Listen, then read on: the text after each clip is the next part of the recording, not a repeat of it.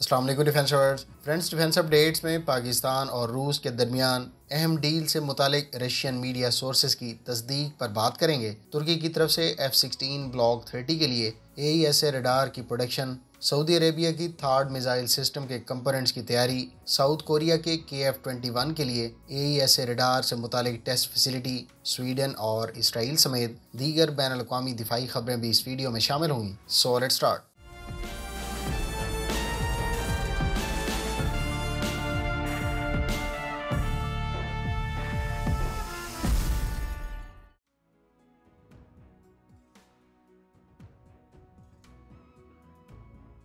रूसी वजारत दिफा का कहना है कि जो ममालिक यूक्रेन की फ़िज़ाइया को एयरफील्ड फराहम कर रहे हैं, इस इकदाम को रूस के खिलाफ ऐलान जंग समझा जाएगा। रूसी वजारत दिफा के तर्जुमान ने मज़ीद कहा कि रोमानिया यूक्रेन को रूस पर हमले के लिए एयरफील्ड फराहम कर रहा है। हमसाया ममालिक भी यूक्रेन की मदद कर रहे हैं और ये रूस के खिलाफ ऐलान जंग है। इधर रूस मालियाती बहरान के दहाने पर पहुँच गया है। उसने भारत को 27% रियायत पर खाम तेल फरोख्त करने की पेशकश की है। यूक्रेन पर रूसी हमले का आज 13वां रोज़ है और आलमी इक्तसादी पाबंदियों के बायस रूस की मईशत शदीद मुतासिर हो रही है। रूस के उमरा और बड़ी कारोबारी शख्सियात ने मुल्क छोड़ना शुरू कर दिया है। दूसरी जानब यूक्रेन पर रूस की मुसलसल बमबारी, मिसाइल हमलों से इंसानी बहरान शिद्दत अख्तियार करता जा रहा है। यूक्रेन के शहर लीव के मेयर ने कहा है कि जंग के बायस खाने पीने की अशिया की शदीद किल्लत पैदा हो गई है। शहरियों की बड़ी तादाद अशियाए खुर्दनोश हासिल करने के लिए कतार में लगी हुई है। यूक्रेन में फंसे पाकिस्तानियों को लेने के लिए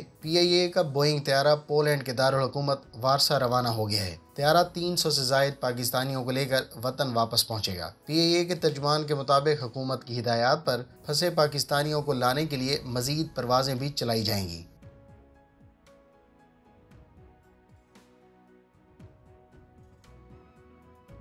सऊदी अरब की general military authority for military industries ने कहा है कि वो 2 प्रोजेक्ट्स के तहत अमरीकी साख्ता थार्ड यानी terminal high altitude air defence missile system के कंपोनेंट्स मकामी सतह पर तैयार करेगी। इस खबर की तस्दीक इंडस्ट्री सेक्टर के डिप्टी गवर्नर ने भी कर दी है। सऊदी कंपनी थार्ड के इंटरसेप्टर लॉन्चर और मिसाइल कंटेनर तैयार करेगी। इस मकसद के लिए अमरीकी कंपनी लॉकहीड मार्टिन सऊदी अरब में $1 अरब इन्वेस्ट करने के लिए भी तैयार है। इधर एक और अमरीकी कंपनी रिथियोन का कहना है कि वो पैट्रियट मिसाइल के पार्ट्स सऊदी अरब में प्रोड्यूस करने पर गौर कर रही है। ये दोनों अनाउंसमेंट वर्ल्ड डिफेंस शो के मौके पर की गई हैं। वाज़ेह है कि सऊदी अरब 2023 तक अपनी आर्म्ड फोर्सेस के लिए खरीदे जाने वाले वेपन्स का 50% लोकलाइज करने का मंसूबा रखता है।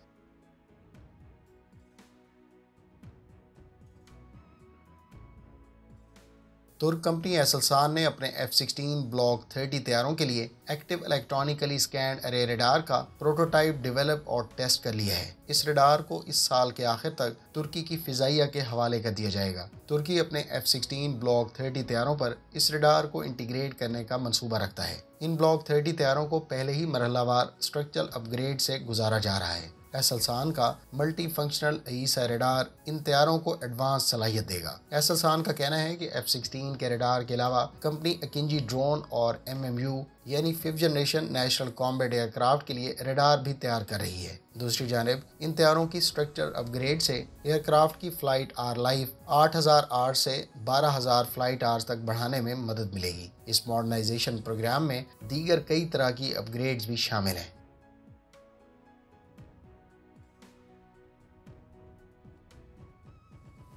रूस और पाकिस्तान के दरमियान गैस और गंदम की खरीदारी का मुआहदा हुआ है। रशिया टुडे की रिपोर्ट के मुताबिक इस्लामाबाद और मास्को ने पाकिस्तानी वज़ीर आज़म इमरान खान के हालिया दौरे रूस के मौके पर कुदरती गैस और गंदम की खरीदारी के मुआहदों पर दस्तखत किए। मास्को में अपने क़याम के दौरान पाकिस्तानी वज़ीर आज़म इमरान खान का कहना था कि पाकिस्तान मुस्तक़बिल करीब में रूस से तकरीबन 20 लाख टन गंदम दरामद करेगा। कहा जा रहा है कि फ्रीकैन ने रूसी कंपनियों के ताउन से बिछाई जाने वाली गैस पाइपलाइन के प्रोजेक्ट के बारे में भी तबादला ख्याल किया, जो इस वक्त इल्तवा का शिकार है। पाकिस्तान के वज़ीर तवानाई ने भी कहा है कि दोनों ममालिक जल्द से जल्द इस प्रोजेक्ट को शुरू किए जाने के ख्वाहिशमंद हैं। पाकिस्तान के 2 शहरों को मिलाने वाली 1100 किलोमीटर पाइपलाइन पर 2015 में इत्तफाक हुआ था। इसकी माली एआनत मास्को और इस्लामाबाद दोनों ने करनी है और इसे रूसी कॉन्ट्रैक्टर तामीर करेंगे। रूस और पाकिस्तान के दरमियान मुआहदे पर दस्तखत से मुतालिक रिपोर्ट्स ऐसी हालत में सामने आई हैं जब मगरबी ममालिक ने यूक्रेन में रूस की कार्रवाई पर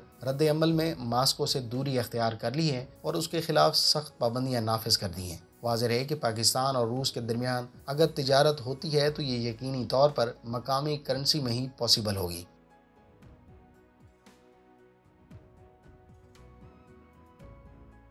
इसराइली एयरफोर्स का कहना है कि उसने गुज़श्ता बरस अपने F-35 तैयारों से 2 ईरानी ड्रोन्स को मार गिराया था। इसराइली एयरफोर्स के मुताबिक ये दोनों ड्रोन्स गुज़श्ता बरस मार्च में इंटरसेप्ट किए गए थे। अगर ये दावा दुरुस्त है तो ये F-35 का पहला अनाउंस्ड इंटरसेप्शन होगा। वाज़ेह है कि इसराइल इस 5th जनरेशन एयरक्राफ्ट को वसूल करने वाला अमरीका के बाद पहला कस्टमर था। मज़ीद कहा गया है कि ईरानी ड्रोन्स की ये इंटरसेप्शन हमसाया ममालिक के साथ कोऑर्डिनेशन से सरअंजाम दी गई है।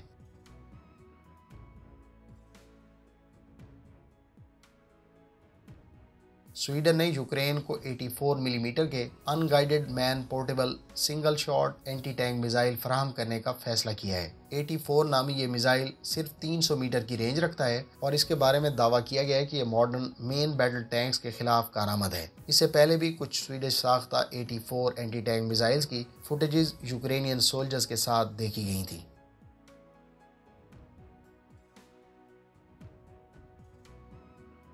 रॉयल थाई एयरफोर्स का एक F-16A तैयारा आज गिरकर तबाह हो गया है। इस तैयारे का पायलट इस हादसे में सेफली इजेक्ट करने में कामयाब रहा। यह तैयारा थाईलैंड की एयरफोर्स के 103 स्क्वाड्रन के ज़ेर इस्तेमाल था। हादसे की वजूहात जानने के लिए तहकीकात की जा रही हैं। गुज़श्ता बरस दिसंबर में भी थाईलैंड का एक F-5 तैयारा हादसे का शिकार हो गया था।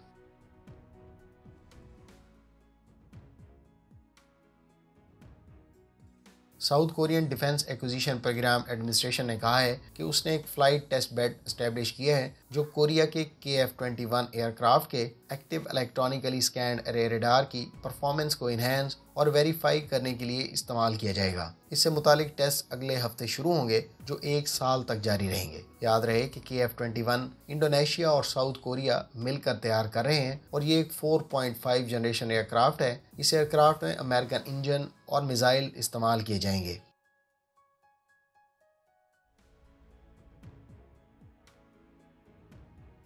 फिनलैंड ने फैसला किया है कि वो इसराइली साख्ता एयर डिफेंस मिसाइल सिस्टम खरीदेगा। फिनलैंड मुमकिन तौर पर Spyder SR surface to air missile system खरीदेगा और ये वही सिस्टम है जो भारत के भी ज़ेर इस्तेमाल है। इसी सिस्टम से उसकी फ़िज़ाइया ने अपने ही हेलीकॉप्टर को मार गिराया था। इसराइल ने बुनियादी तौर पर इस सिस्टम के 2 वर्जन मुतारिफ करवा रखे हैं, जिसमें से एक SR यानी शॉर्ट रेंज और दूसरा MR यानी मीडियम रेंज वर्जन है।